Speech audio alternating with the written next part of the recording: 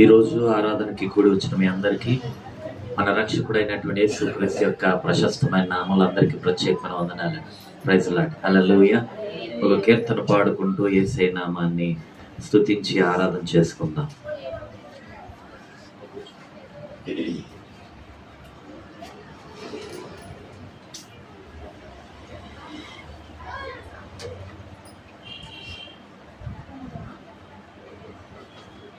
సింహ పిల్లలు పస్తుపడిన దేవుని వెదకిన కొదువలేదు.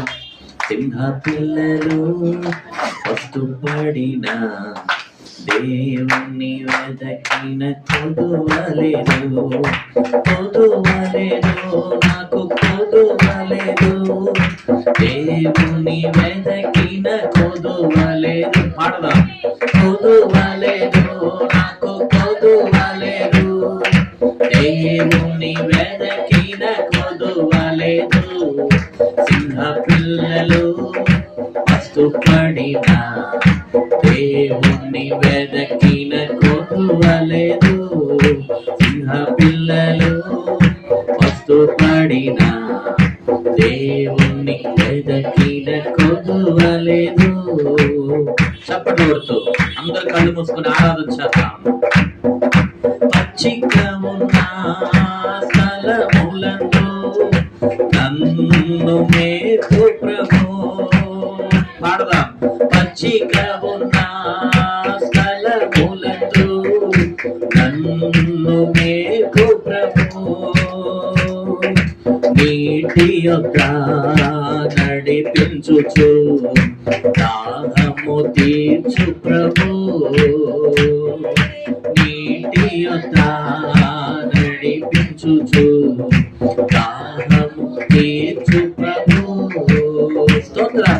సింహ పిల్లలు పస్తుపడిన దేవుని వెదకిన కొదువలేదు. సింహ పిల్లలు పస్తుపడిన దేవుని వెదకిన కొదువలేదు. కొదువలేదు, నాకు కొదువలేదు. దేవుని వెదకిన కొదువలేదు. స్తోత్రం. పాడాలి. గ్లోరీ. దేవుని వెదకిన కొదువలేదు. స్తోత్రం. శత్రువుల ఎదుట విందు సిద్ధము చేయు ప్రభు.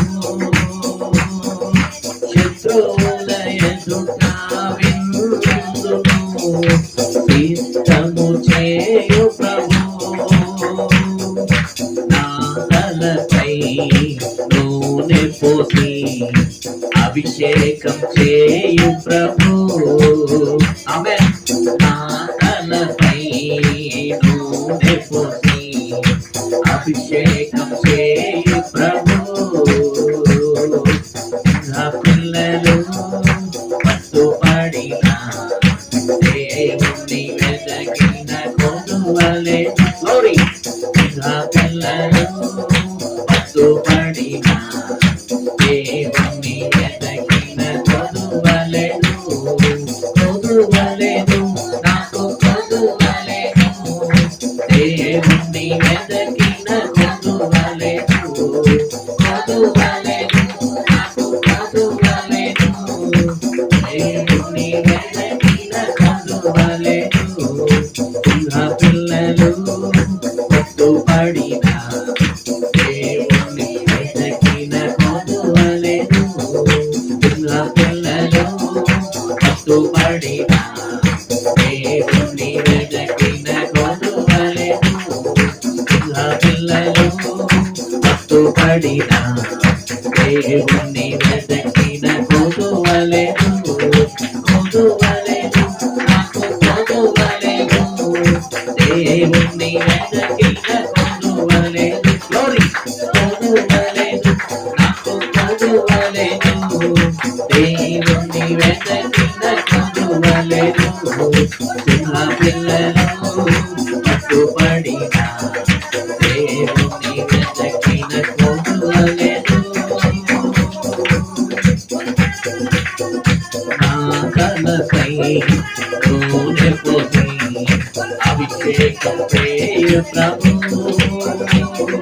నా తలపై నూనె పొడి అభిషేకం చేయు ప్రభు నా తలపై నూనె పొడి అభిషేకం చేయు పాడాలి నా తలపై నూనె పొడి అభిషేకం చేయు ప్రభు అభిషేకం చేయు ప్రభు అభిషేకం చేయు ప్రభు నా తలపై నూనె పొడి అభిషేకం చేయు ప్రభు నా తలపై నూనె పొడి అభిషేకం చేయు ప్రభు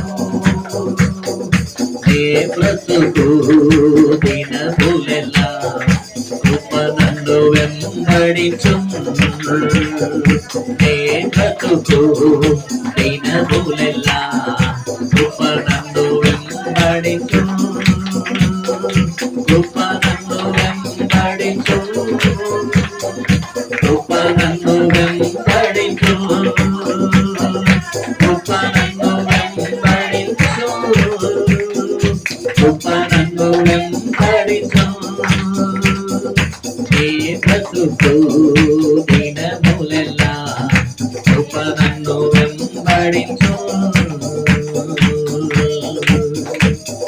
సింహ పిల్లలు పట్టుపడిన దేవుణ్ణి వెదకిన కొనువలెను సింహ పిల్లలు పట్టుపడిన దేవుణ్ణి వెదకిన కొనువలెను కొనువలెను నాకు కొనువలెను దేవుణ్ణి వెదకిన కొనువలెను కొనువలెను నాకు కొనువలెను దేవుణ్ణి వెదకిన కొనువలెను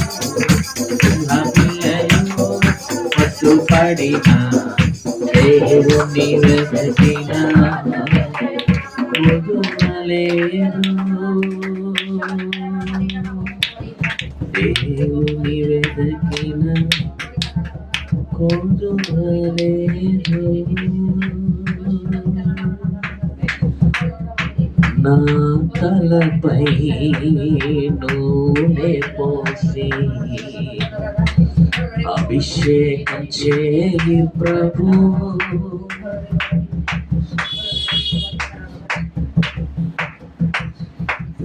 నా తలపై నూనె పోసి అభిషేకం చేయి ప్రభు సింహ పిల్లలు పస్తుపడిన దేవుని వెదకిన కొదువలేదు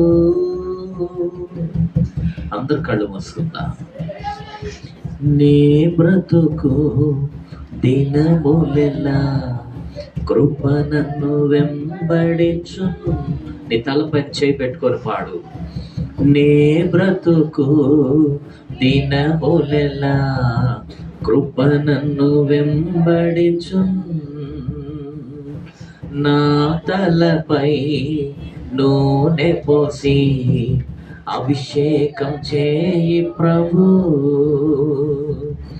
నా తలపై నూనె పోసి అభిషేకం చేయి ప్రభు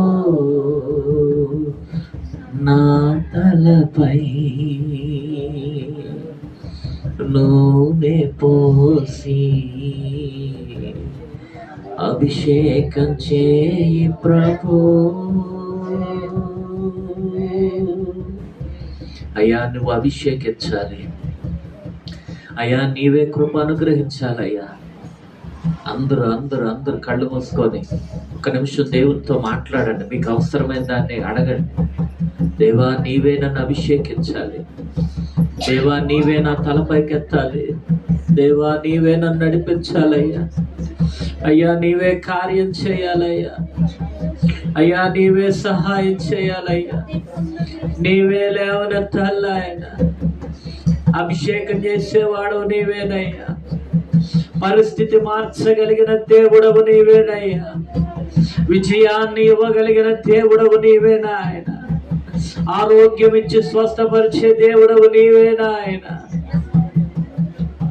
అనుకున్న వాటి కంటే, ఊహిస్తున్న వాటి కంటే, కోరిన వాటి కంటే గొప్ప గొప్ప వాటిని ఇచ్చేవాడవు నీ ఒక్కడివే నాయన. అయ్యా, నీ కృపను గ్రహించండి. దినదినము నీ కృపతో నడిపించబడినట్లుగా కృప అనుగ్రహించయ్యా. ప్రతి దినము అభిషేకం చేయను ఆయన. అయ్యా, పరిశుద్ధాత్మ అభిషేక తైలముతో అభిషేకించయ్యా. అయ్యా, రాజులుగా అభిషేకించయ్యా, యాజకులుగా అభిషేకించిన ఆయన. నీ పిల్లలుగా బ్రతుకున్నట్లుగా నూనెతో అభిషేకించయ్యా. శత్రువులు ఎదుట విందు భోజనం సిద్ధపరచడానికి నూనెతో అభిషేకించాయి. అయ్యా అయ్యా అయ్యా, ఈ సమయంలో నీ పాద సన్నిధికి వస్తూ ఉన్నా. ప్రతి ఒక్కరి జీవితంలో ఏ కొదువు ఉందో మీకు తెలుసు. మీ ఆత్మ చేత ఆ కొదువులన్నిటినీ మీరు తొలగించండి, తీర్చండి. కొదువులన్నీ తీర్చు ప్రభు. ఆటంకాలు తొలగించాయి, అభ్యంతరాలు తొలగించున, డిస్టర్బెన్స్ తొలగించున, శత్రువు కాడి ఏసునాలో విరగొట్టున. నీ ప్రజల పక్షాన్ని వ్యాజ్యమాడాయి, నీ ప్రజల పక్షముగా నిలబడున. నీ ప్రజలు లేవనెత్తయ్యా. కృంగిన వారిని లేవనెత్తునాయ, బలహీనులు లేవనెత్తునాయ, రోగులు స్వస్థపరుచునాయన, బలపరుచునాయన. నీ బిడ్డలు అయ్యా తలపైకి ఎత్తుకుని ధైర్యంగా బ్రతకాలి నాయన. నీ బిడ్డల పేరు చెప్పినప్పుడు జనులు సంతోషపడాలయ్యా, సంతోషపడినట్లుగా అయ్యా వారి సాక్ష్య జీవితం ఉండాలయ్యా. అయ్యా, నీ పిల్లల పేర్లు గొప్ప సాక్ష్యంగా ఉండాలి ఆయన. గొప్ప జీవితం జీవించాలయ్యా. శరీరానుసారమైన జీవితంలోంచి విడిపించయ్యా. ఆత్మ సంబంధంగా బ్రతుకున్నట్లుగా అయ్యా అయ్యా లేవనెత్తున ఆయన. ఆత్మానుసారమైన మనస్సుని ప్రజలకి ఇవ్వండి. ఆత్మానుసారమైన మనస్సు దయచేయండి. శరీరానుసారమైన మనస్సు తీసివేయండి ఆయన. నీ బిడ్డలుగా నిలబెట్టండి, నీ ప్రజలుగా నిలబెట్టండి. ఈ దినాన్ని అభిషేకించండి, అభిషేకించండి, అభిషేకించండి, అభిషేకించండి. అయ్యా, నీ కృపతో నిలబెట్టిన, మీ అభిషేకంతో నిలబెట్టిన ఈ కొడుకు దీవెనకరంగా ఆశీర్వాదకరంగా జరిగించమని యేసయ్య అధికార గల నామములో ప్రార్థిస్తున్నాం తండ్రి, ఆమేన్. హల్లెలూయా. దయచేసి అందరూ కూడా కూర్చుందామండి. దయచేసి అందరూ కూడా కూర్చుందాం.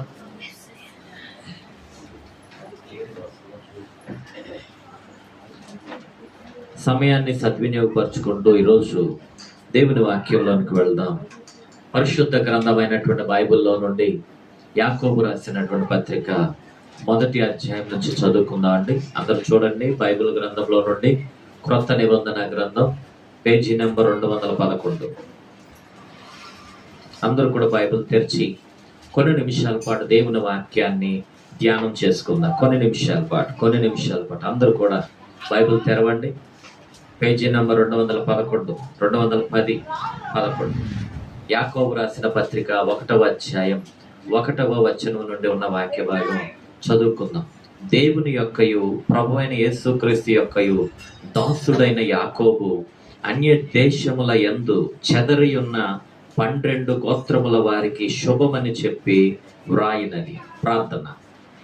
ప్రేమ కనికరం కలిగిన మా తండ్రి, ఈ సమయంలో మీ పక్షమందు నిలబడి వాక్యం ప్రకటిస్తూ ఉండగా నన్ను, నా శరీరమును, ప్రాణమును, ఆత్మను, ఆలోచనలు, ఊహ, ఉద్దేశం సమస్తాన్ని పరిశుద్ధాత్ముడా మీకు అప్పగించుకుంటున్నాను. పనికిరాని నన్ను మీరు ఉపయోగించుకొని అనేక ఆత్మలకు రక్షణగా, దీవెనకరంగా మీరు వాడుకోండి. ఈరోజు రక్షణార్థమైనటువంటి అయ్యా మీ చిత్తములో మీ దుఃఖమును నీ ప్రజలకు మీరిచ్చి అయ్యా నిజమైన మారు మనస్సు దిశగా వారిని నడిపించి సిలువ వైపు ఆకర్షించుకొని క్రీస్తులో నిలబెట్టమని ప్రార్థన చేస్తా ఉన్నాం. మీరు ఇచ్చినటువంటి వర్తమానం మాట్లాడుతూ ఉండగా మీరే నీ పిల్లలతో మాట్లాడమని, వ్యతిరేకత అంతటిని, దుష్టక్రియలన్నిటినీ యేసు నామములో లయపరిచి అనుకూలత దయచేయమని, పరిశుద్ధాత్మ కార్యము జరిగించమని యేసు నామములో ప్రార్థిస్తున్నాము తండ్రి, ఆమేన్. హల్లెలూయా. చూడండి, పరిశుద్ధ గ్రంథమైన బైబిల్లో నుండి యాకోబు రాసినటువంటి పత్రిక 1వ అధ్యాయం 1వ వచనం నేను చదువుతున్నాను. అందరూ కూడా వినాలి. దేవుని యొక్కయు ప్రభువైన యేసుక్రీస్తు యొక్కయు దాసుడైన యాకోబు. హల్లెలూయా. అందరూ తలల పైకి నా వైపు చూడండి. ఈ గ్రంథాన్ని రాస్తున్నటువంటి వ్యక్తి ఎవరంటే యాకోబు గారు. యాకోబు అన్నటువంటి మాటకు అర్థము మోసగాడు.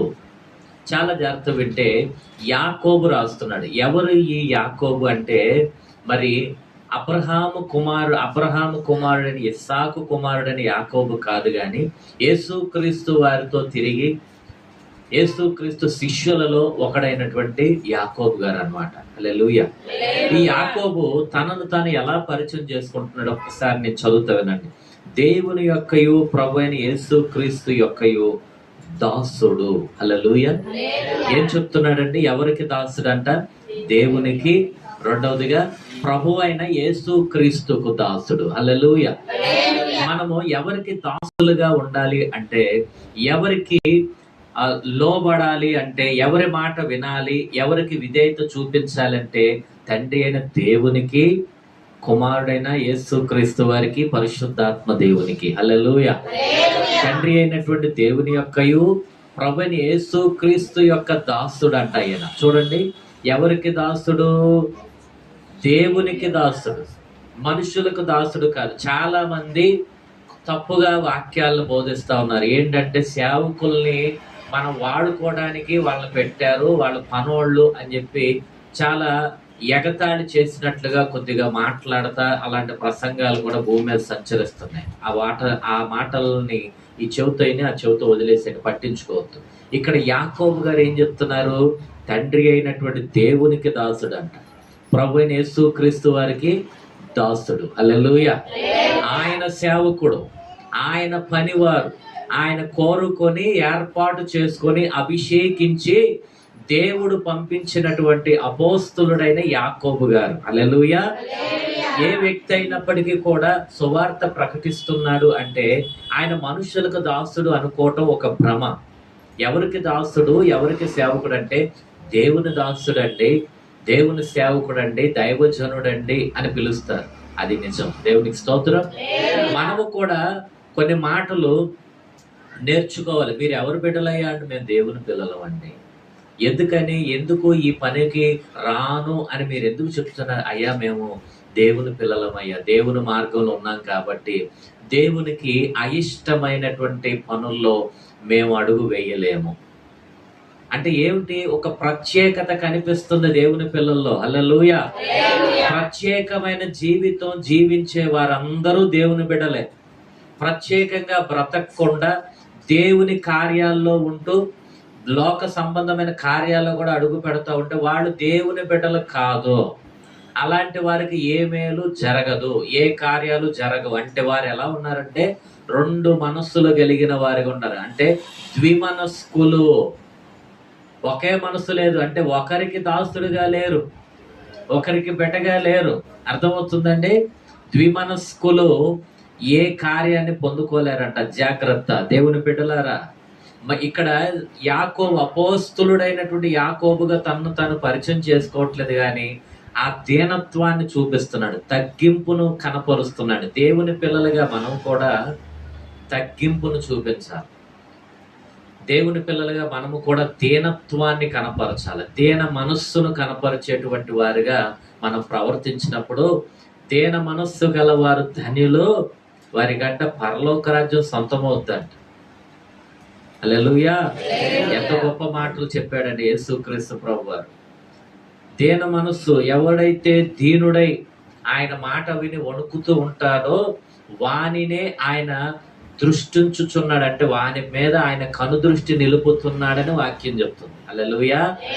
ఇక్కడ అపోస్తలుడైన యాకోబు గారు ఏం చేస్తున్నారంటే హెచ్చించుకోవట్లేదు. నేను ఎవరినో తెలుసా? దేవుని సేవకుడిని. నేను ఎవరినో తెలుసా? అపోస్తలుడిని. ఏంటి అని చెప్పుకోకుండా ఏం చెప్తున్నాడు? దాసుడను, ప్రభువైన యేసుక్రీస్తుకు తండ్రి అయిన దేవునికి దాసుడనయ్యా నేను. హల్లెలూయా. అంటే ఆ వారికి లోబడి బ్రతుకుతున్నాడు. వారికి పైగా బ్రతకట్లేదు, వారిని ఎదిరించి బ్రతకట్లేదు. అర్థమవుతుందండి? చాలా మంది దేవుని పిల్లల యొక్క మాటలు ఎట్లా ఉంటాయి అంటే దేవునిని ఎదిరించి బ్రతికేటువంటి మాటలు, దేవుణ్ణి ఎదిరించి మాట్లాడేటువంటి పెదవులు గలవారుగా ఉంటారు. మన నోటి మాట బయటకు వచ్చిందంటే జాగ్రత్తగా ఉండాలి, మన ప్రవర్తన జాగ్రత్తగా ఉండాలి. ఇక్కడ దాసుడు ఏం చెప్తున్నాడు? సాక్షాత్ యేసుక్రీస్తు వారితో తిరిగిన ఆయన ఏం చెప్తున్నాడు? యాకోబు ఏమంటున్నాడు? నేను దేవునికి, ప్రభు అయిన యేసుక్రీస్తుకు దాసుడనండి, నేను శిష్యుడినండి, ఆయన మా గురువు గారండి అని కూడా చెప్పట్లేదు. దాసుడిని ఎంతగా తగ్గించుకుంటున్నాడు. నిజమే, తనను తాను తగ్గించుకునేవాడు దేవుడు గొప్ప చేస్తాడంట. తనను తాను హెచ్చించుకునేవాడు దేవుడు తగ్గించేస్తాడంట. కొంతమంది కొన్ని మాటలు చెప్తుంటారు నాకు, మీలోనే. నేను వెళ్ళాను, కనబడంగానే మామూలుగా పలకరించాను, దానికి నాకు సలాం చేయలేదు, నాకు మర్యాద చేయలేదు అని చెప్పి చిన్న విషయానికే ఇట్లాగే హెచ్చించుకునే గుణం గలవారు ఉంటారు. వారు దీవెన చూడరు. దేవుని బట్టి నువ్వు గొప్పవాడువైనా తగ్గించుకొని ఉంటే దేవుని యొక్క ఆశీర్వాదాలు దేన మనస్సు గలవారిని వెతికి వెతికి వెంటాడుతూ వస్తాయి. ఎప్పటికైనా చూడండి, దీనులు ఖచ్చితంగా ఆశీర్వదించబడుతూనే ఉంటారు. హల్లెలూయా. ఎప్పటికైనా చూడండి, గర్వించేటువంటి మనస్సు గలవారు దీవెనలు ఆలస్యం అయిపోతానే ఉంటాయి. అందుకే చెప్తాం, దేవుని ప్రజలారా, ఇక్కడ దైవజనుడు యేసుక్రీస్తు వారితో సేవ చేసి అన్నిటినీ నేర్చుకున్న ఈ దైవ సేవకుడు తను తాను తగ్గించుకుంటూ ఏం చెప్తున్నారు? అయ్యా, నేను యేసుక్రీస్తు వారి యొక్క దాసుడినయ్యా, పనివాడినయ్యా, సేవకుడినయ్యా అని చెప్పుకుంటూ తను తగ్గించుకుంటూ దేవుని మహిమపరుస్తున్నాడు. మన యొక్క ప్రవర్తన కావచ్చు, మాట తీరు కావచ్చు, చేష్టలు కావచ్చు, దేవునికి మహిమకరంగా ఉన్నప్పుడు దేవుడు ఆనందపడి దీవిస్తాడండి. హల్లెలూయా. చాలా మందిలో నేను గమనిస్తూ ఉంటాను, దేవుని బిడ్డలే కానీ ఎకసెకాలుగా మాట్లాడుతూ ఉంటారు. ఏ పురుషుడు స్త్రీతో అట్లా మాట్లాడకూడదు, ఏ స్త్రీ పురుషుడితో అట్లా మాట్లాడకూడదు. వెకిలి చేష్టలు, పోకిరి చేష్టలు అట్లాంటివి మాట్లాడకూడదు. ప్రారంభ దినాల్లో సేవ ప్రారంభించినప్పుడు ఒక సహోదరుడు ఉండేవాడు. ఆరాధనకు వచ్చినప్పుడు ఆరాధన అంతా అయిపోయిన తర్వాత నేను గమనించాను, ఒక లేడీని ఇట్లా ఇట్లా కొట్టడం, ఇట్లాగే చేతులు వేయటం. ఊరుకో. దేవుని బిడ్డలకి ఇవి తగవన్నమాట. అర్థమవుతుందండి?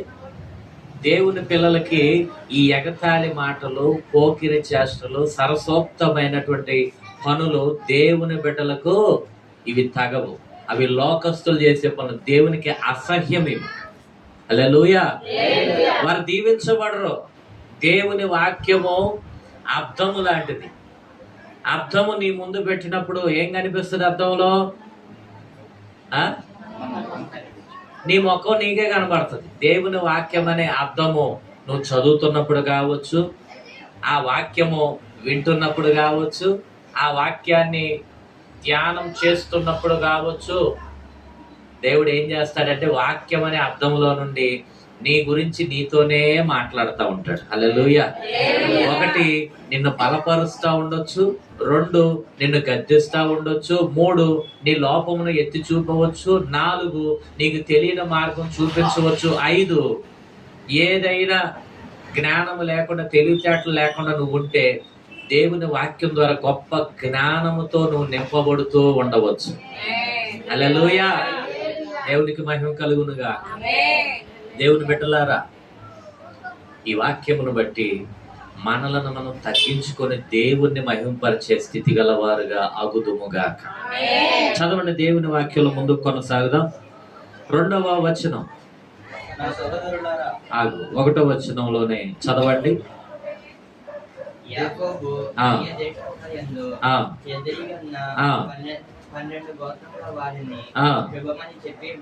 హల్లెలూయా. ఈ యాకోబు గారు తను ఏమై ఉన్నాడో మొదట చెప్పుకున్నాడు. తలల పైకెత్తి నా వైపు చూడాలి, దేవుని వాక్యం చెప్పాడు. వాక్యం చదువుతున్నప్పుడు బైబిల్ చూడాలి. తను ఏమై ఉన్నాడో చెప్పుకున్నాడు. 2వదిగా తనను దేవుడు ఎలా వాడుకుంటున్నాడో చెప్తున్నాడు. ఎలా వాడుకుంటున్నాడు అంటే,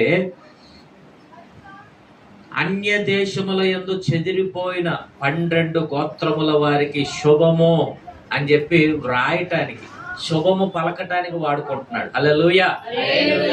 ఎవరు అంటే యాకోబు గారిని దేవుడు దేనికి వాడుకుంటున్నాడు అంటే, అన్య దేశాల్లోనికి ఇశ్రాయేలు పిల్లలు చెదిరిపోయారంట. ఇదేమిటి? దేవుని యొక్క పట్టణంలో లేరు, ఇజ్రాయెల్ దేశంలో లేరు, ఇజ్రాయెల్ పట్టణంలో లేరు. ఈ ఇశ్రాయేలీలు ఎలా అయిపోయారంటే చెదిరిపోయారంట. ఒక్కొక్కడు ఒక్కొక్క దేశానికి వెళ్ళిపోయారు, ఒక్కొక్కడు ఒక్కొక్క ప్రాంతానికి వెళ్ళిపోయారు. ఇజ్రాయెల్ దేశం శత్రువులు ఆ దేశాన్ని చెరపట్టినప్పుడు చాలా మంది బానిసలుగా వెళ్ళిపోయారు. ఆ దేశ ప్రజలు ఏం చేశారంటే ప్రపంచ దేశాలన్నిటికీ చెదిరిపోయారు. అలాగే మన భారతదేశంలో కూడా యూదులు వచ్చి ఉన్నారు. హల్లెలూయా. ప్రతి దేశంలో కూడా యూదులు ఉన్నారు. ఎక్కడికి వెళ్ళాలో తెలియక, ఏం చేయాలో అర్థం కానటువంటి పరిస్థితుల్లో ఇశ్రాయేల్ ప్రజలు భారతదేశానికి వచ్చినప్పుడు భారతదేశం అంటే వారికి ఆశ్రయం ఇచ్చిందంట. అందుకు మన దేశాన్ని ఇజ్రాయెల్స్ చాలా ప్రేమిస్తారండి. దేవుని బిడ్డలు ఈ దేశాన్ని ప్రేమించే మనసు దేవుడు వారికి ఇచ్చాడంటే మన దేశాన్ని దేవుడు కూడా ఎంతగానో ప్రేమిస్తున్నాడండి. హల్లెలూయా. మన దేశ ప్రజల్ని కూడా ఆయన ఎంతగానో ఇష్టపడుతున్నాడు. దేవునికి మహిమ కలుగునుగా. అందుకనే మన దేశాన్ని దేవుడు ప్రేమించి తన కుమారుడు, తన శిష్యుడైనటువంటి తోమా గారిని భారతదేశానికి పంపించాడండి. దేవునికి స్తోత్రం. భారతదేశంలో ఉన్న ప్రతి ఒక్కరూ కూడా దీవెనకరంగా ఉండాలి. శాంతి సమాధానములతో, రక్షణ ఆనందముతో వర్ధిల్లును గాక. హల్లెలూయా. ఇశ్రాయేల్స్ చెదిరిపోయారంట. ఈ చెదిరిపోయిన వారందరికీ కూడా ఒక శుభవార్త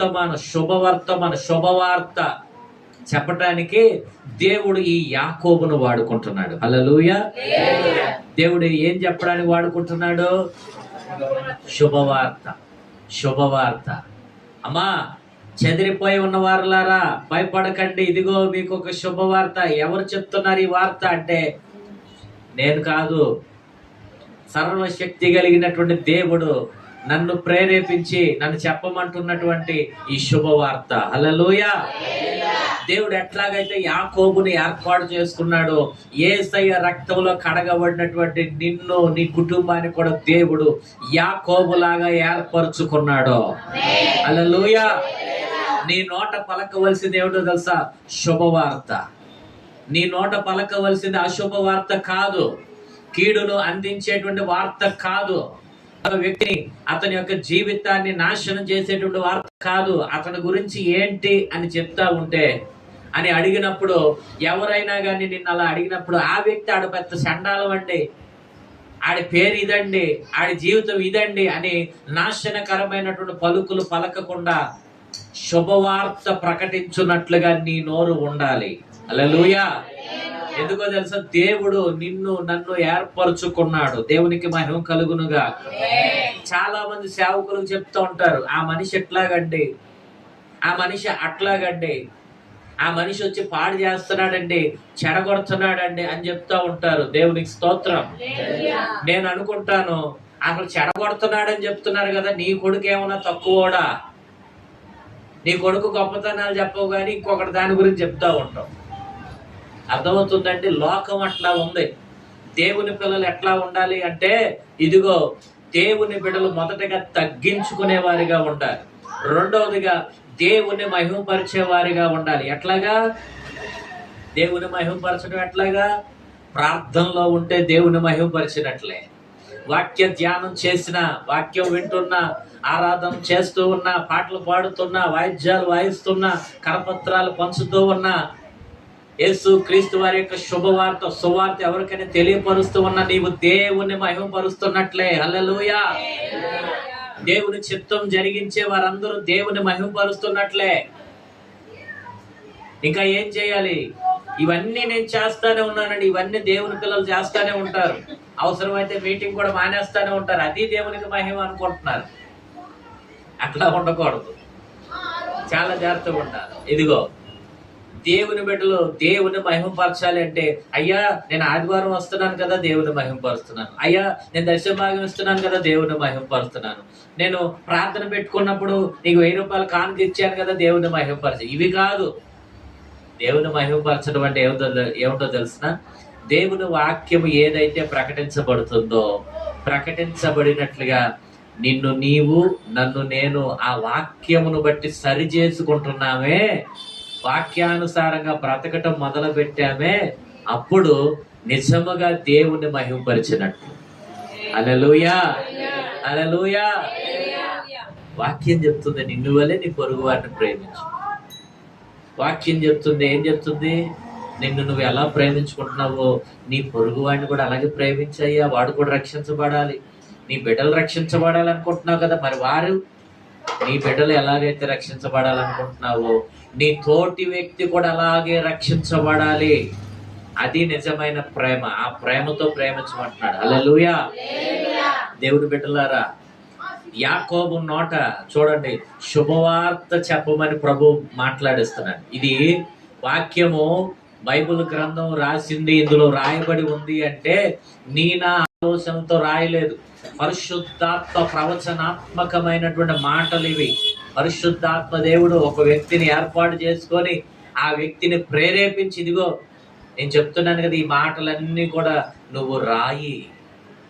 అలాగ పరిశుద్ధాత్మ దేవుడు రాయిస్తే ఆ ప్రవచనాత్మకమైనటువంటి మాటలే బైబిల్ గ్రంథంగా మన చేతిలో ఉంచబడ్డాయి. హల్లెలూయా. ఈరోజు వాక్యం చెప్తుంది, యాకోబు దేనికోసం అంటే చెదిరిపోయి ఉన్న వారందరికీ, గోత్రముల వారందరికీ శుభమని చెప్పి రాస్తున్నాడంట ఈ పత్రిక. చెదిరిపోయిన వారికి శుభం. అసలు చెదిరిపోయినటువంటి వారితో మీరు ఎవరైనా మాట్లాడారా? నేను మాట్లాడానండి. ఆటోలో వెళ్తుంటే మాట్లాడానండి, పెళ్లిలో కనబడితే మాట్లాడానండి, కూరగాయలు కొంటంటే మాట్లాడానండి. అన్నీ మాట్లాడతావు. నువ్వు చెదిరిపోయి ఉన్నావు, అయిపోయింది. ఇప్పటిదాకా నువ్వు చేసింది చాలు, ఇక మీదటైనా కానీ దేవుని మార్గంలో నడవటానికి నువ్వు రావాలి అని చెప్పి నువ్వు ఏనాడైనా మాట్లాడావా? ఇజ్రాయేల్ ప్రజలైతే ఇజ్రాయెల్ దేశం నుంచి చెదిరిపోయారు. మరి మన ప్రజలు దేవుని యొక్క మార్గములో నుండి ఎందరూ చెదిరిపోయారో వారందరితో మీరు ఈ మాటలు చెప్పాలా. ఒకరోజు కూరగాయల కొట్టు దగ్గర అనుకుంటా పండు కుమారి కనిపించారు.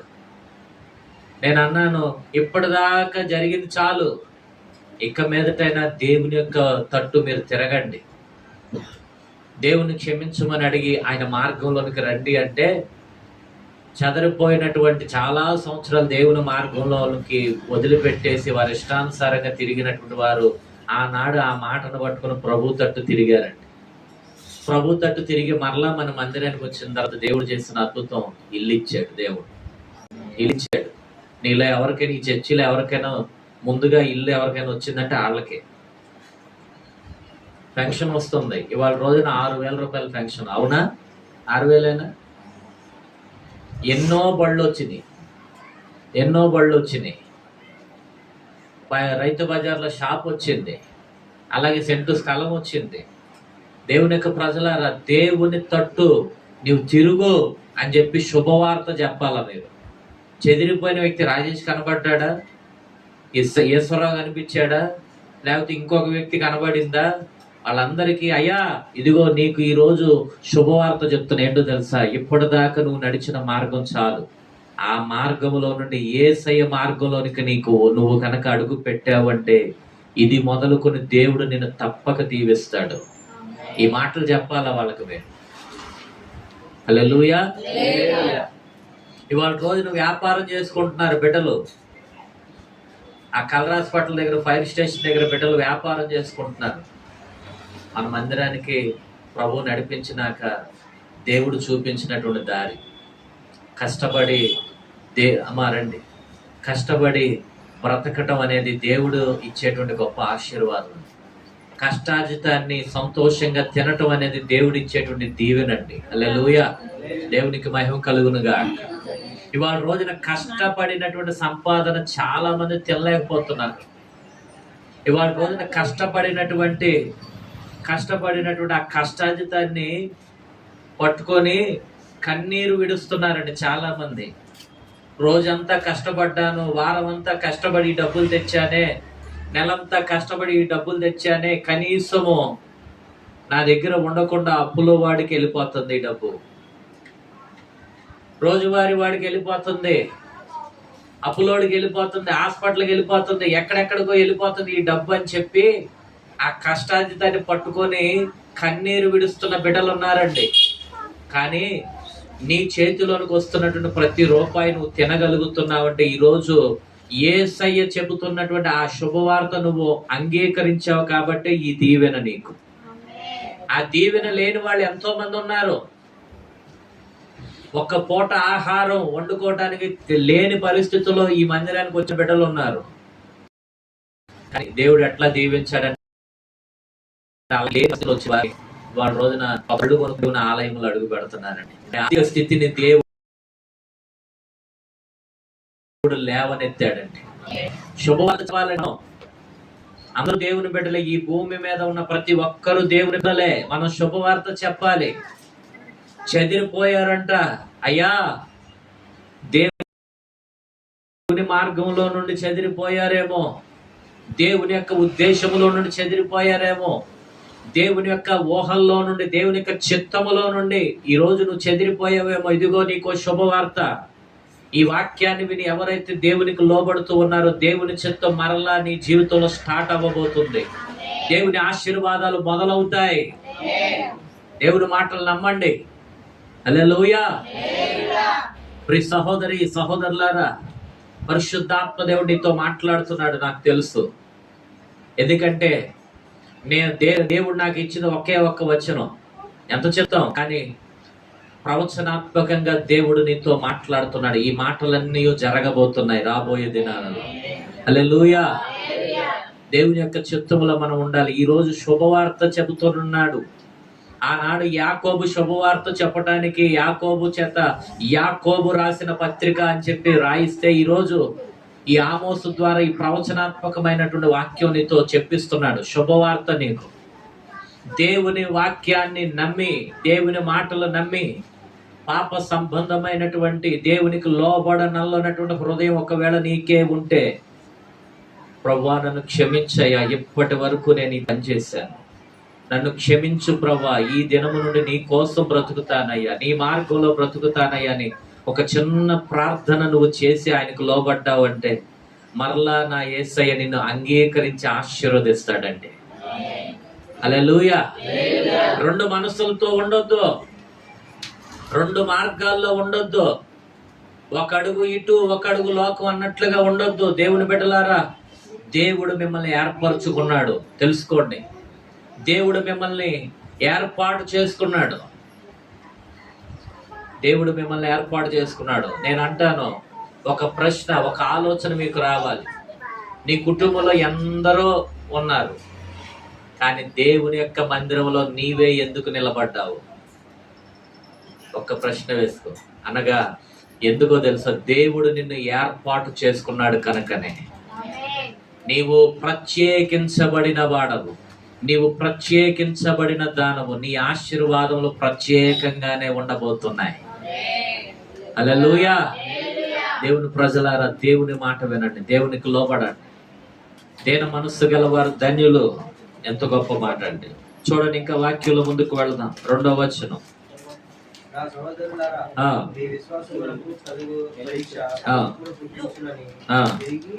చాలు. ఇక్కడ చూడండి, భక్తుడు చెప్తున్నాడు, సహోదరులారా. ఇక్కడ అందరూ కూడా అన్నయ్య, తమ్ముడు, అక్క, చెల్లి, అంతే. సహోదరులారా, సహోదరులారా, సహోదరిలారా, అందరూ కూడా బ్రదర్ అండ్ సిస్టర్ రిలేషన్ అన్నమాట. దేవుని యొక్క సన్నిధానములో, దేవుని యొక్క మార్గములో. అంతేగాని అక్క, బావ, అన్న, వదిన ఇవన్నీ కాదు.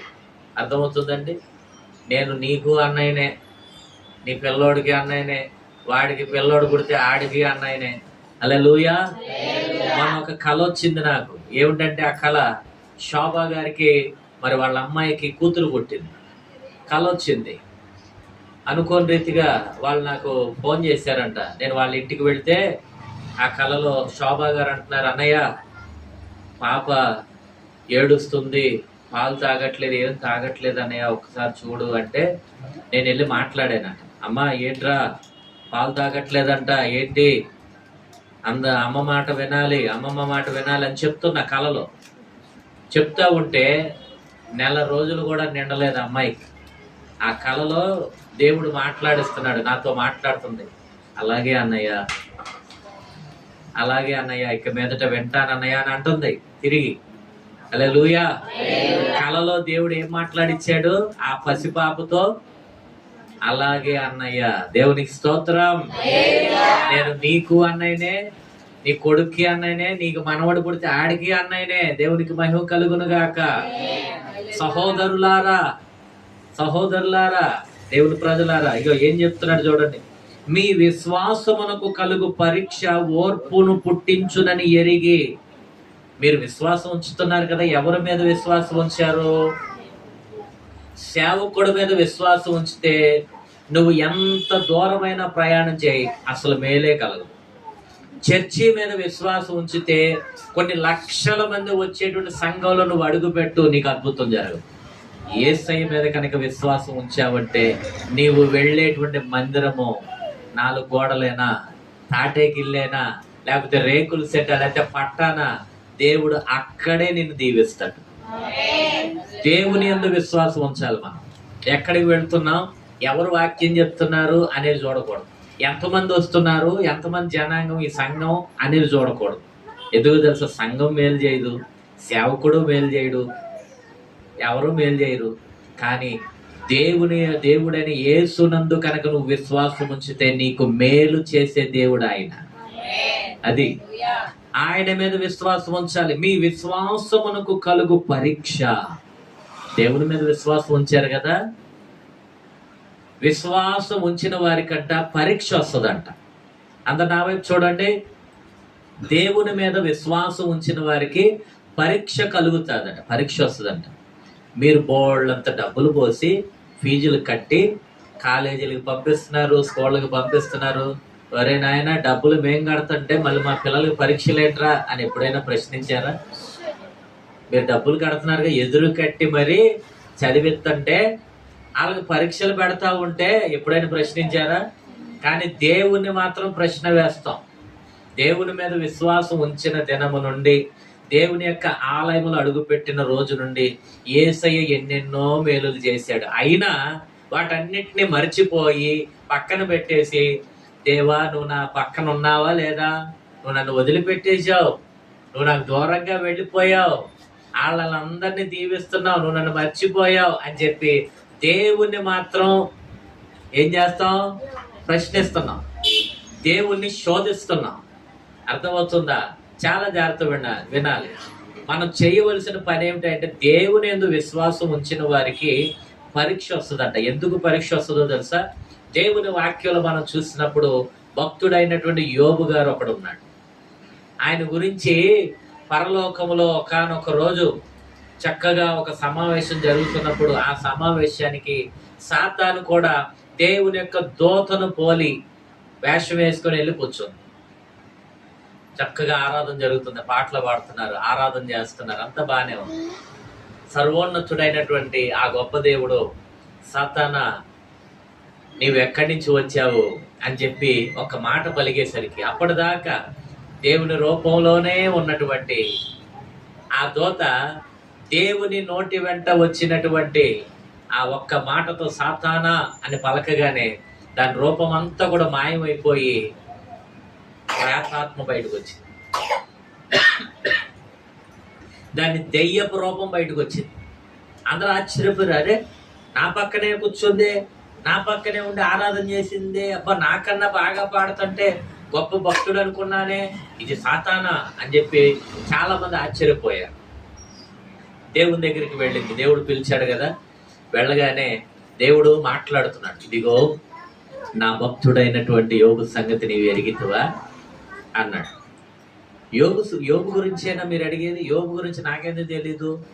యోబు ఇంటి చుట్టూ మీరు అగ్ని కంచె వేశారు, యోబు ఆస్తి పాస్తుల చుట్టూ మీరు అగ్ని కంచె వేశారు, యోబుకు ఉన్నటువంటి పిల్లల చుట్టూ అగ్ని కంచె వేశావు, ఇంకా నేను అడుగు పెట్టడానికి ఏముంది అంది.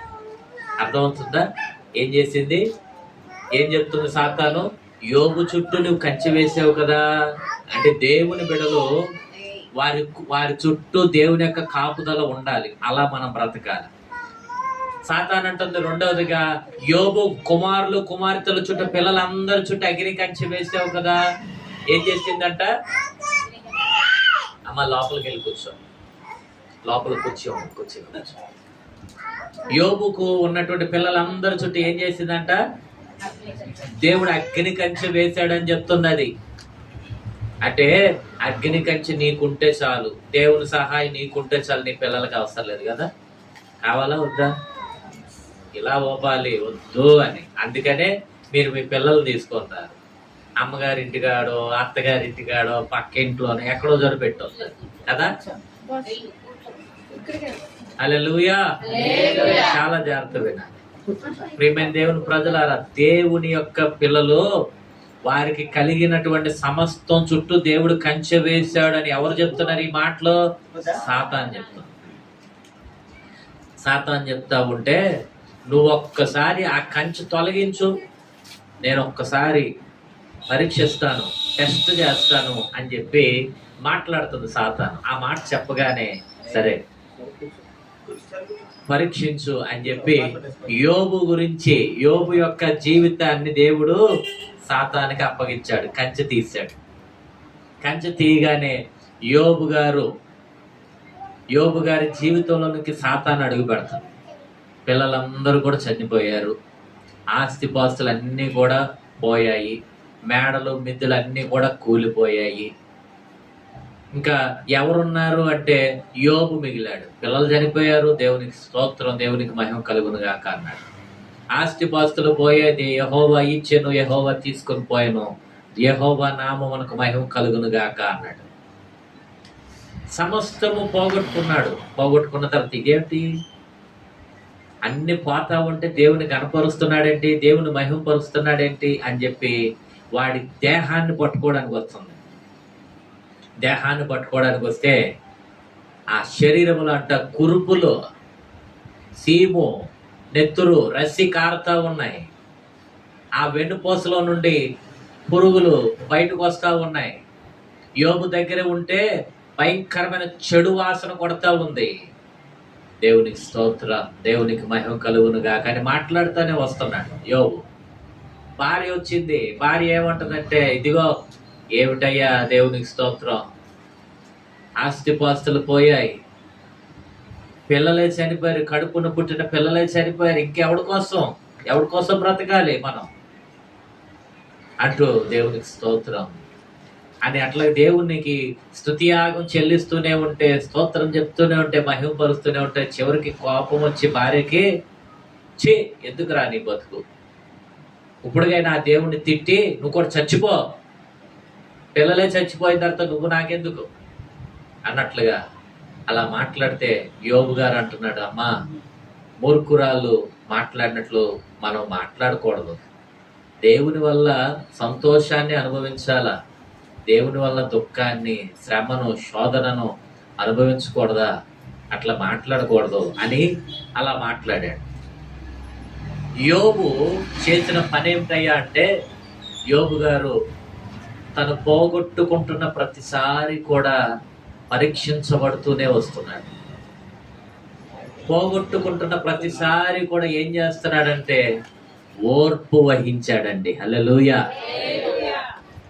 ఇంకా దేవుని మీద విశ్వాసం, దేవుని మీద నమ్మకం, దేవుడు కార్యం చేస్తాడు. దేవుడు ఎందుకు అనుమతించాడో ఈ పరిస్థితిని నేను భావిస్తాను. వరద వచ్చిన తర్వాత చాలా నష్టపోయాను. జనవరి నెలలో, ఫిబ్రవరి నెలలో భయంకరమైన శోధన వచ్చింది.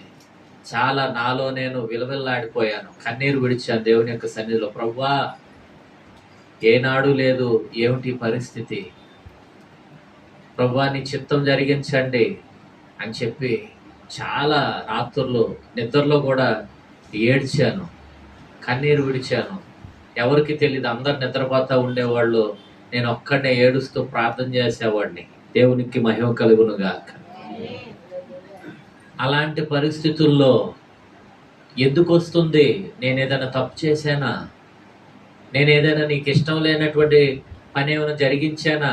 నాకే ఎందుకు వచ్చింది శోధన అని ఒకవైపు, మరొక వైపు ప్రభువా ఈ శోధన తర్వాత గొప్ప ఆశీర్వాదం ఏదో నువ్వు దాచిపెట్టావు అని చెప్పి విశ్వాసం ఒకవైపు అండి, ఓర్పు వహిస్తూ కష్టమైన నష్టమైన ఓర్చుకొని అడుగు ముందుకు వేస్తూ ఈ రోజు వరకు దేవుడు తీసుకొని వచ్చాడు. దేవుడు చూపినటువంటి మహా ఆశ్చర్య కార్యం ఈ రోజున మీరు అందరూ చూస్తున్నారు కదా. దేవుని యొక్క మందిరానికి బిల్డింగ్ కొనబోతున్నాం. దేవునికి మహిమ కలుగునుగా. యోబు గారు ఓర్పు వహిస్తున్నాడు. మీరు దేవుని యందు విశ్వాసం ఉంచినప్పుడు పరీక్షించబడతారు. ఎందుకు ఆ పరీక్ష అంటే, నీవు ఇప్పుడు ఉన్నటువంటి స్థితి దేవునికి నచ్చలేదు, నువ్వు ఇప్పుడు ఉన్నటువంటి పరిస్థితులు దేవునికి నచ్చలేదు. దేవుడు అనుకుంటున్నాడు, ఈ స్థితి కాదు, ఇంకా మంచి స్టేజీకి మీరు వెళ్ళాలి అని దేవుడు అనుకుని పరీక్షించటానికి అప్పగిస్తున్నాడు. ఆ పరీక్ష ఏమిటో తెలుసా? నువ్వు నేను జయించగలిగిన పరీక్షే. హల్లెలూయా. ఆ పరీక్ష దేవుడు ఏదైనా ఒక శోధన మన ముందుకు తెచ్చాడు, మన జీవితంలోనికి పంపించాడంటే ఖచ్చితంగా నువ్వు జయిస్తావు. దాన్ని జయించేటువంటి గొప్ప అధికారం ప్రభు నీకు ఇచ్చాడని గుర్తుపెట్టుకో. దేవుడు దేనికి అపజయానికి అప్పగించాడు నిన్ను, శోధనకు అప్పగించాడు నిన్ను, సాతానికి అప్పగించాడు నిన్ను. సాతాను చంపేద్దాం అనుకుంది యోగుని. ఇలాంటి భక్తుడు భూమి మీద బ్రతకటానికి వీల్లేదు. ఏంటి ఈడు భక్తి చేసేది కాకుండా భార్య పిల్లల్ని కూడా భక్తి మార్గంలో నడిపిస్తున్నాడు. ఈడు భక్తి చేసింది కాకుండా తల్లిదండ్రుల్ని పిల్లలు వదిలిపెట్టేస్తానంట వాళ్ళందరినీ కూడా ఆదరించి చూసేవాడంట యోబు. యథార్థవంతుడంట, న్యాయవంతుడంట, చెడుతనాన్ని వదిలిపెట్టిన వాడంట. ఈ మూడాట్లో ఏ లక్షణాలు మీలో ఉన్నాయి చెప్పండి. యథార్థత ఉందా? కపటంతో మీరు మాట్లాడట్లేదా? ఇక్కడ కపటంతో మీరు సమాధానం చెప్పట్లేదా సేవకుడికి? దేవుడు చూస్తున్నాడు. న్యాయంగానే మీరు ఉన్నారా? చెడుతనాన్ని వదిలిపెట్టిన యోబు, చెడుతనాన్ని వదిలిపెట్టారా? వెంటేసుకొని తిరుగుతున్నారా? దేవుడు నీ గురించి ఏం సాక్ష్యం ఇస్తాడు? సాతాను దగ్గర సాతాను, అయ్యా ఈ మామూలుడు కాదయ్యా, ఈ ఇట్లాంటి పనులు చేస్తున్నాడు, చూడు నీ రక్తంతో కడుక్కున్నావు, చూడు నీ ఆత్మని ఇచ్చావుగా, చూడు వరాలను ఇచ్చావుగా, చూడు ఏం చేస్తున్నాడు. సాతాను పలకదా? భక్తుడైన యోబు గురించే మాట్లాడినప్పుడు అంత భక్తి లేదు, అంత పరిశుద్ధత లేదు, అంత విశ్వాసం లేదు, మన గురించి పలకదా సాతాను? బిడలారా, ప్రియమైన వారలారా, దేవుని వాక్యం అనే అర్థం నీ యొద్దకు వస్తున్నది. ప్రభువా నిజమే, నేను భక్తిహీనతలో ఉన్నాను, చెదరిపోయిన గుంపులో నేనున్నాను, నన్ను క్షమించు ప్రభువా, నీ మార్గంలో నన్ను చక్కగా నిలబడతానయ్యా, నాకు సహాయం చేయి. ఇది మొదలుకొని ఈ రోజు నుండి నీ తట్టు తిరుగుతాను, చక్కగా బ్రతుకుతానని చెప్పి ఒక తీర్మానం చేసుకో. దేవుడు నిన్ను క్షమించి మరలా పోగొట్టుకున్న దానికంటే రెట్టింపైన కృపతో నీ కుటుంబాన్ని నింపటానికి సిద్ధంగా ఉన్నాడు. పోగొట్టుకున్నారు చాలా మంది కృపను. నేను ఒక్కొక్కళ్ళు చూసి చాలా సంతోషపడిపోయాను. బా, నా ద్వారా రక్షణ మార్గంలోకి వచ్చిన బిడ్డలు ఎంత బాగున్నారు, ఎంత మంచి మంచి సాక్ష్యాలు పలికాను. కానీ ఒక్కొక్కళ్ళు నా దగ్గరికి వచ్చి వాళ్ళు ఎట్లా నడుస్తున్నారు అట్లా నడుస్తున్నారంటే మీకంటే ఎక్కువగా నేను బాధపడుతున్నాను, మీకంటే ఎక్కువగా వేదన కలుగుతుంది నాకు. ఒక దైవ సేవకుడే కన్నీరు కారుస్తున్నాడంటే దేవుడు ఇంకెంత బాధపడతాడండి మీ గురించి. మంచిగా దేవుని కోసం వెన్నుముక్కలాగా నిలబడ్డారు, దేవుని కోసం, దేవుని పనుల కోసం ఒక స్తంభంలాగా నిలబడ్డారు. ఎన్ని మేలులండి మీకు దేవుడు చేశాడు. మీరు దారి తప్పిపోతే చాలా బాధగా ఉంది. దేవుని యొక్క మార్గంలో లేకుండా, ప్రేమ లేకుండా, పరిశుద్ధత లేకుండా దారి తప్పిపోయి అల్లరవుతా ఉంటే నాకు చాలా బాధగా ఉంది. ప్రేమైన వారలారా, ప్రేమతో చెప్తున్నాను, చేతులు జోడించి చెప్తున్నాను, మరలా దేవుని తట్టు తిరగమని మీ అందరికీ కూడా మనవి చేస్తున్నాను. యోబు యొక్క విశ్వాసం పరీక్షించబడింది. దేవుని కోసం చక్కగా శ్రమలో కూడా నిలబడ్డాడండి, ఆ పరీక్షలో నిలబడ్డాడు, ఓర్పుతో నిలబడ్డాడు. ఒక రోజు వచ్చిందండి, దేవుడంట యోబు పోగొట్టుకున్న అన్నిటికంటే రెండంతలుగా మరలా ఆశీర్వదించాడంట. నువ్వు పోగొట్టుకున్నవన్నీ దేవుని దగ్గర లెక్క రాసి పెట్టాడు. నా కోసం ఎంత ఖర్చు పెట్టారు నా బిడ్డలు, నా కోసం ఎంత పోగొట్టుకున్నారు నా బిడ్డలు, నా కోసం వాక్యం చెప్తా ఉంటే, సువార్త ప్రకటిస్తూ ఉంటే, మీటింగులని పరిచయం చేస్తూ ఉంటే, పలానా వాళ్ళు తిట్టారు, పలానా వాళ్ళు రాళ్ళు వేసి కొట్టారు, కరపత్రాలు పంచుతూ ఉంటే పలానా వాళ్ళు చీ కొట్టారు, ఉమ్మి వేశారు, నా కోసం ఎంత అవమానం భరించారు. దేవుని దగ్గర అన్ని రాసి పెట్టబడి ఉన్నాయి. దేవుని కొరకు నీవు భరించినవన్నీ ఆయన రాసుకున్నాడండి. నువ్వు అవమానించబడ్డావా, దేవుడు గొప్ప ఘనతతో నిన్ను నింపుతాడు. బూడిదకు ప్రతిగా పూదండతో అలంకరిస్తానన్నాడు. బూడిదంటే అవమానం, పూదండ అంటే మెప్పు అన్నమాట, ఘనత. చాలా మందికి శాలువా కప్పి సన్మానం చేస్తారు. అంటే అదేమిటి, అవమానమా ఘనత? ఘనత. దేవుని కొరకు నువ్వు అవమానించబడ్డావా, దేవుడు నిన్ను హెచ్చిస్తాడు. దేవుని కొరకు నువ్వు ఖర్చు అయిపోయావా, దేవుడు సమృద్ధిని ఇస్తాడండి. ఎంత ఖర్చు పెట్టావో తిరిగి రెట్టింపుగా ఇస్తాడు. నేను అనుకుంటాను, దేవుని పని దేవునికి ఇచ్చే పరిస్థితి వచ్చింది అంటే వెనక్కి చూడకుండా విశ్వాసులుగా పేరుకి మిమ్మల్ని అడుగుతాను, మీరందరూ కూడా ముందుకు రావాలి అంట. కానీ ప్రభువా, నేనే అన్ని ఖర్చు పెట్టాలి, నాకు ఇవ్వయ్యా అని ఎక్కువగా ప్రార్థన చేస్తాను. ఎందుకో తెలుసా, ఎంత ఖర్చు అవుతామో దేవుని కోసం అంతగా దేవుడు తిరిగి ఇచ్చేస్తాడండి, రెట్టింపుగా ఇచ్చేస్తాడు. అది హల్లెలూయా. దేవుని కోసం ఇవ్వాలి మనం, దేవుని కోసం ఖర్చు అవ్వాలి మనం. నేను పాంప్లెట్లు పంచలేక నేను నిలబడి మన మీటింగ్ పాంప్లెట్లు పండు మీరు ఇక్కడ ఈ చర్చి దగ్గర ఉండి మీరు పంచండి అన్న, పిల్లలు మీరు ప్రజరపేట ఆ చర్చి కాడుండి మీరు పంచండి అన్న. నేను పాస్టర్ గారు వేరే చోటుకి వెళ్ళి పంచాం. అంటే మేము పంచలేక మీకు చెప్పింది ఎందుకో తెలుసా, ఆ దీవెన మీరు కూడా పొందుకోవాలని మీకు చెప్తున్నాం అన్నమాట. అది మేము అనుభవిస్తున్నాం కనుకనే. నేను ఒక్క ప్రశ్న వేస్తాను, మీరు సమాధానం చెప్పాలి అందరూ కూడా. ఎవరైనా మీరున్నటువంటి ఇంటికి అద్దె కట్టలేక ఏ రోజైనా ఇంటికి తాళం పడిందా? అద్దె కట్టుకోలేక మీ ఇంటికి ఏనాడైనా తాళం వేశారా? వేసారా ఎవరైనా? మాకు పడింది తాళం. 600 రూపాయలు అనుకుంటా అద్దె కట్టుకోలేని పరిస్థితుల్లో మా ఇంటికి తాళం వేశారండి. వేరే వాళ్ళ ఇంట్లో ఉన్నాం, రోడ్డు మీద పడుకున్నాం. అలాంటి పరిస్థితి. దేవుని కోసం దేవుని విశ్వాసం ఉంచినప్పుడు, నువ్వు పరీక్షించబడుతూ ఉన్నప్పుడు, ఏంటయ్యా దేవుడు ఆ దేవుడిని నమ్ముకున్న దగ్గర నుంచి ఇల్లు కూడా లేకుండా రోడ్డు మీదకి వచ్చేసాం. కనీసము 1-2 వెళ్ళటానికి కూడా లేదు.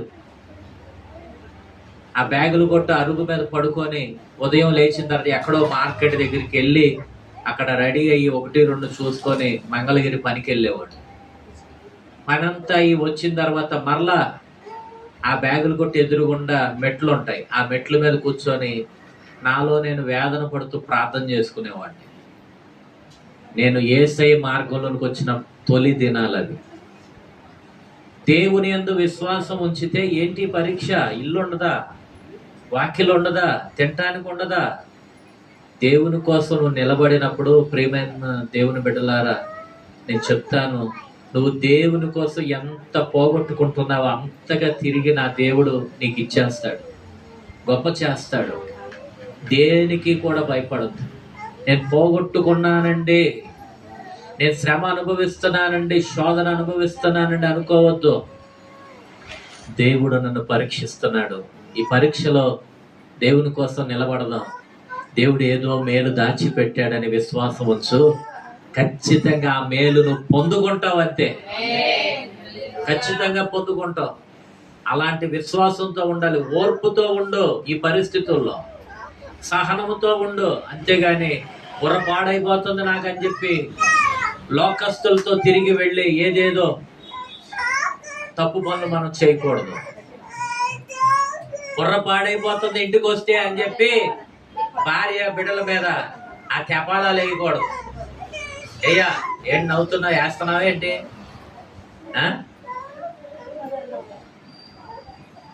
ఎప్పుడైనా కోపం వస్తే కాస్త కంచాలు గట్టిగా మోగుతూ ఉంటాయి, కాస్త తెప్పాడాలు గట్టిగా మోగుతూ ఉంటాయి. మా అన్నం పెట్టు, ఏం పెట్టుకోలేవా అని చెప్పి ఆ గిన్నె తీసుకొచ్చి టపీమని పెడతారనమాట. ఇగో పెట్టుకో. ఆ పళ్ళెం అక్కడి నుంచే ఎగిరి మన ఒళ్ళో పడవచ్చు. అలాంటి పరిస్థితులు ఉన్నాయేమో కొన్ని గృహాల్లో. ఓర్పు వహించండి దేవుని బిడ్డలారా, ఓర్పు వహించండి. మీ విశ్వాసమునకు కలుగు పరీక్ష ఓర్పును పుట్టించునని ఎరిగి మీరు నానా విధములైన శోధనలలో పడినప్పుడు అది మహానందమని ఎంచుకొనుడి. ఏంటంట? నానా విధములైన శోధనలలో పడినప్పుడు. అందరూ నాతో కలిసి మాటలు చెప్పండి. మీ విశ్వాసమునకు కలుగు పరీక్ష ఓర్పును పుట్టించునని ఎరిగి మీరు నానా విధములైన శోధనలలో పడినప్పుడు అది మహానందమని ఎంచుకొనుడి. ఈరోజు నువ్వు శోధనలో ఉన్నావా? నువ్వు ఒకటే అనుకోవాలంట, మహానందం దేవుడు మనకు అనుగ్రహించాడు అనుకోవాలంట. మహానందం అండి, దేవునికి మహిమ అండి, దేవునికి ఘనత అండి ఈ శోధన వచ్చినందుకు అనుకోవాలంట. ఎందుకో తెలుసా? ఈ పరిస్థితి దాటిపోయిన తర్వాత గొప్ప మేలు నీ కుటుంబంలో అడుగు పెడతాదే. అది అందుకు ఆనందపడాలా, అందుకు సంతోషపడాలా. చాలా బాధపడ్డాను కారు వెళ్ళిపోయినందుకు. కారు అమ్మేస్తున్నాం, ఆ డబ్బులతో మందిరానికి ఏదైనా సిద్ధపరచుకుందాం అని అంటే నాకెవరూ చెప్పలే. నా ఇంటి వారు వాళ్ళలో వాళ్ళే ఉంచుకున్నారు. కారు అమ్ముడవలా. కొనుక్కుంటాను అని చెప్పి అన్నవాడు, డబ్బులు ఇస్తానన్నవాడు నెల 15 రోజులు రాలా. కానీ వద్దులే అని చెప్పి కారు నేనే చెప్పి తీసుకొని వచ్చేసాను. కారులో కూర్చున్నాక చెప్తున్నారు, కారు అమ్మటం మాకు అసలు ఇష్టం లేదు, ప్రార్థన చేసాం అంటున్నారు. నేను ఒకటే అనుకున్నాను, ప్రభువా నేను కారులో తిరగటం నాకు ఎక్కువ కాదు, కానీ నీ మందిరములో ఉండి ఆరాధించుకోవటమే, సొంత మందిరం రావటం నాకు ఎక్కువయ్యా అని చెప్పి, నాకు ఉన్నటువంటి ఈ స్థితి లేకపోయినా పర్వాలేదు అని చెప్పి వదిలిపెట్టుకున్నా. కారు వచ్చిన తర్వాత దేవుడు అంటున్నాడు, ఇది నేను నీకు ఇచ్చినటువంటి బహుమానం అని చెప్పి దేవుడు నాతో మాట్లాడారండి. దేవునికి మహిమ కలుగునుగా.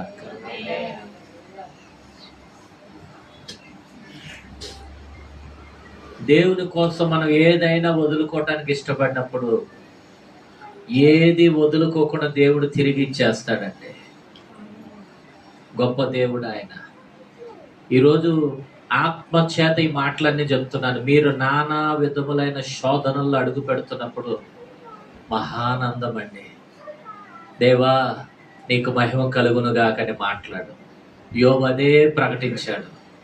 పోగొట్టుకున్న వాటన్నిటికంటే రెట్టింపుగా తిరిగి అనుగ్రహించాడండి. దేవునికి స్తోత్ర. అందరూ కూడా మోకరించండి, ప్రార్థన చేసుకుందాం.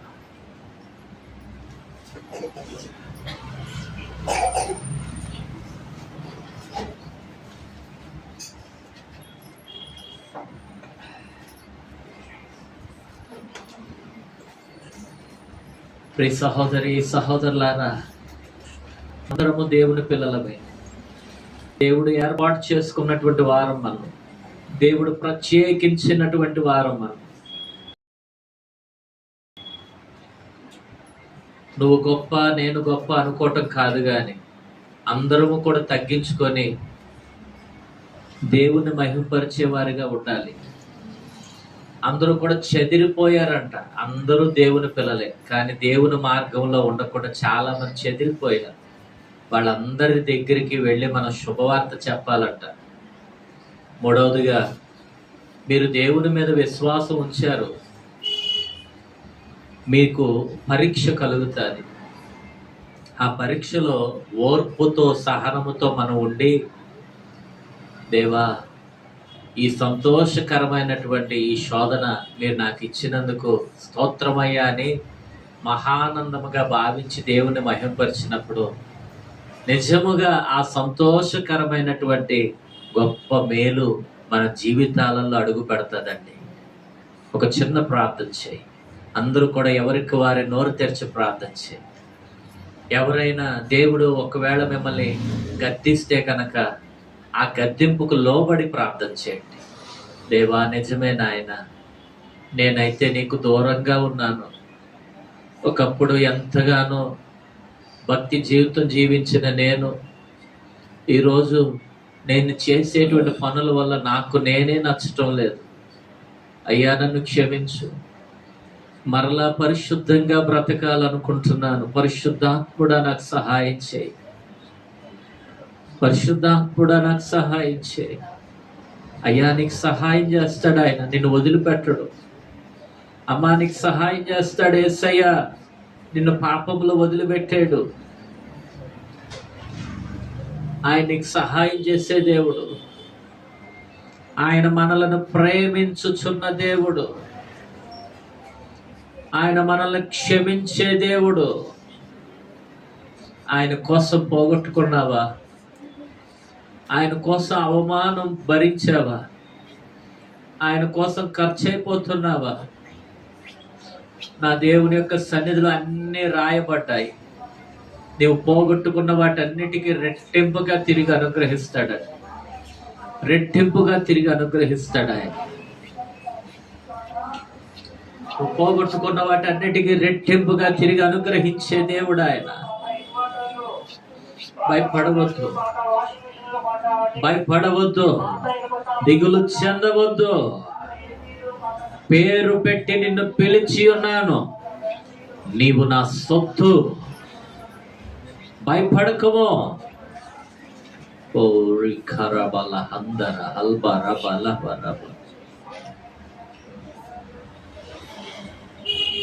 ఎవరైనా ఒకరు బిగ్గరగా నోరు తెచ్చి ప్రార్థన చేయండి. విన్న వాక్యమును బట్టి, అలాగే మీ పరిస్థితిని బట్టి కూడా దేవుని యొద్ద ఒప్పుకుంటూ ఒక తీర్మానంతో ప్రార్థన చేయమని మనం చేస్తున్నాను. ఈరోజు దేవుడు నీకు సహాయం చేయబోతున్నాడు. నూతన కృపను ఇవ్వబోతున్నాడు. అభిషేకించబోతున్నాడు నిన్ను. నోరు తెరిచి ప్రార్థన చేయండి. నోరు తెరిచి ప్రార్థన చేయండి. అందరం లేచి నిలబడదా?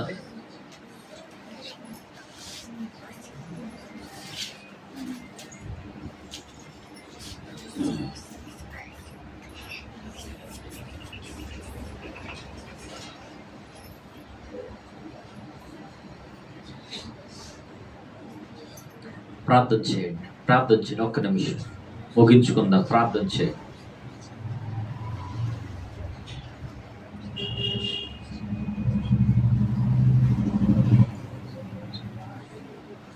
ఒక్క నిమిషం ప్రార్థన చేయండి. విన్న వాక్యాన్ని ఒకసారి గుర్తు చేసుకుని ప్రార్థన చేయండి. ప్రార్థన చేయాలి. ఒక్క నిమిషం ప్రార్థన చేయండి.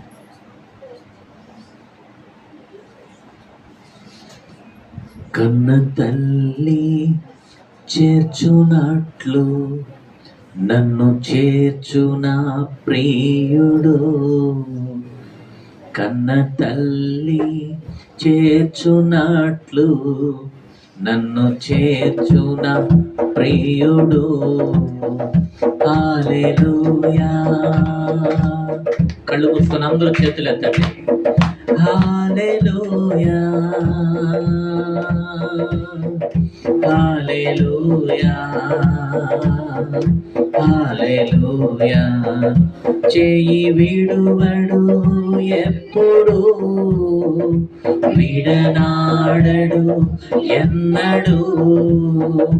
చేయి విడువడు ఎప్పుడు, విడనాడడు ఎన్నడు. కన్న తల్లి చేర్చునట్లు నన్ను చేర్చునా ప్రియుడు. కన్న తల్లి నన్ను చేర్చునా ప్రియుడు. చేయి పట్టి నడుపును, శిఖరముపై నిలుపును, చేయి పట్టి నడుపును, శిఖరముపై నిలుపును. కన్న తల్లి చేతులు ఊపుతూ నన్ను చేర్చున ప్రియుడు. చేతులు పైకెత్తి హల్లెలూయా హల్లెలూయా హల్లెలూయా హల్లెలూయా హల్లెలూయా హల్లెలూయా హల్లెలూయా హల్లెలూయా. ప్రార్థన. ప్రేమ నమ్మకం కలిగిన మా ప్రభువా, నీ పరిశుద్ధమైన నామాన్ని బట్టి స్తోత్రం. ఈ దినాన నాతోనూ మా అందరితో మీరు ముచ్చటించినందుకు, మాట్లాడినందుకు వందనాలు. విన్న వాక్యం ప్రతి హృదయంలో నీరు కట్టి ఫలింపొచ్చింది. 30 వంతులుగా 60 వంతులుగా 100 అంతలుగా నీ వాక్యము అయ్యా మా అందరి హృదయాల్లో జీవితాల్లో ఫలించునుగాక. ఎంత మాత్రం సాతాను వచ్చి వాక్యాన్ని ఎత్తుకొని పోకుండా ప్రతి కుటుంబం చుట్టూ ప్రతి ఒక్కరి చుట్టూ మీ అగ్ని కంచె వేయుదురుగాక. అయ్యా నీకు మహిమకరంగా మేమందరం బ్రతకాలి. నీ నామానికి మహిమకరంగా మమ్మల్ని నిలబెట్టుకోమని యేసు పరిశుద్ధమైన నామములో అడుగుచున్నాము తండ్రి, ఆమేన్. హల్లెలూయా. సమయంలో కానుక సమర్పణ జరిగించుకుందాం. నా కొరకై మరణించే, నా పాపము భరించే, నా కొరకై మరణించే, నా పాపము భరించే. కన్న తల్లి చేర్చునాట్లు నన్ను చేర్చున ప్రియుడు. కన్న తల్లి చేర్చునాట్లు నన్ను చేర్చున ప్రియుడు. కౌగిటిలో హత్తుకొను, నా చింతలను బాపును. కౌగిటిలో హత్తుకొను, నా చింతలను బాపును. కన్న తల్లి చేర్చునాట్లు నన్ను చేర్చున ప్రియుడు. హల్లెలూయా. ఈరోజు సాయంత్రం మరి పెంచనపేటలో స్తోత్రరాణి గారి కుటుంబంలో కూడిక ఉందండి. సాయంత్రం 6 గంటలకల్లా మందిరం దగ్గరికి వచ్చినట్లయితే అందరం కలిసి వెళ్దాము. దయచేసి అందరూ కూడా రావాలని హృదయపూర్వకంగా ఆహ్వానిస్తా ఉన్నాం. అలాగే మరి దేవుని యొక్క మందిరం నిమిత్తమై బిల్డింగ్ అనేది కొనుక్కున్నాము. 15 లక్షలు కట్టి అగ్రిమెంట్ అయింది. ఇంకా 25 లక్షల రూపాయలు ధనము కావాలి. అలాగే రిజిస్ట్రేషన్ అమౌంట్ కూడా సిద్ధం చేసుకోవాలి. ప్రేమైన దేవుని ప్రజలారా, పరిశుద్ధాత్మ దేవుడు మిమ్మల్ని ప్రేరేపించినట్లయితే మీ వంతు సహకారంగా దేవుని యొక్క మందిరం నిమిత్తమై ధన సహాయం, ధన సహకారం కూడా ప్రభు మిమ్మల్ని ప్రేరేపిస్తే అందించడానికి ముందుకు రావాలని కూడా మనం చేస్తా ఉన్నాను. ప్రార్థన చేసుకుందామండి. మరి రాబోయేటువంటి శనివారం నాడు సాయంత్రం 6 గంటల నుంచి మందిరంలో సిద్ధపాటు కూడిక ఉంటుంది. వచ్చే ఆదివారం నాడు బల్లారాధన కార్యక్రమం. ప్రియమైన దేవుని ప్రజలారా, అందరూ కూడా సిద్ధపడి శనివారం నాడు సాయంత్రం, ఆదివారం నాడు మరి ఆ కూడికకు సిద్ధపాటు కలిగి రావాలని, అలాగే మీరు వచ్చేటప్పుడు మీకు తెలిసినటువంటి వారిని ఖచ్చితంగా ఒక కుటుంబాన్ని తీసుకొని వస్తానండి అన్నటువంటి వారు దయచేసి చేతులెత్తి ప్రార్థించండి. మీ అందరి కొరకు నేను ప్రార్థన చేయబోతున్నాను. ప్రార్థన చేద్దాం. ప్రేమ కనికరం కలిగిన మా ప్రభువా, నీ పరిశుద్ధమైన నామాన్ని బట్టి స్తోత్రం. ఈ దినాన అయ్యా నీ ప్రజలు పరిచర్ను ప్రేమించి గుప్పిలు విప్పించిన ఈ కానుకలన్నిటినీ, ఈ అర్పణలన్నిటినీ మీరు మీ సన్నిధిలో జ్ఞాపకం చేసుకోండి. మీ సేవకు వీటిని వాడుకోమని, ఉపయోగించుకోమని ప్రార్థన చేస్తున్నాం. నీ పిల్లలను ధారాళంగా దీవించండి, ఆశీర్వదించండి ఆయన. అలాగే ఫేస్బుక్ ద్వారా ఈ వాక్యాన్ని ఇప్పటి వరకు ఆలకించినటువంటి బిడ్డలందరినీ ప్రత్యేకంగా దీవించండి. ప్రతి ఒక్కరిని వారి జీవితాలు మీరు కట్టమని ప్రార్థన చేస్తున్నాం. రక్షణ ఆనందమును, రక్షణ భాగ్యమును వారికి దయచేయండి ఆయన.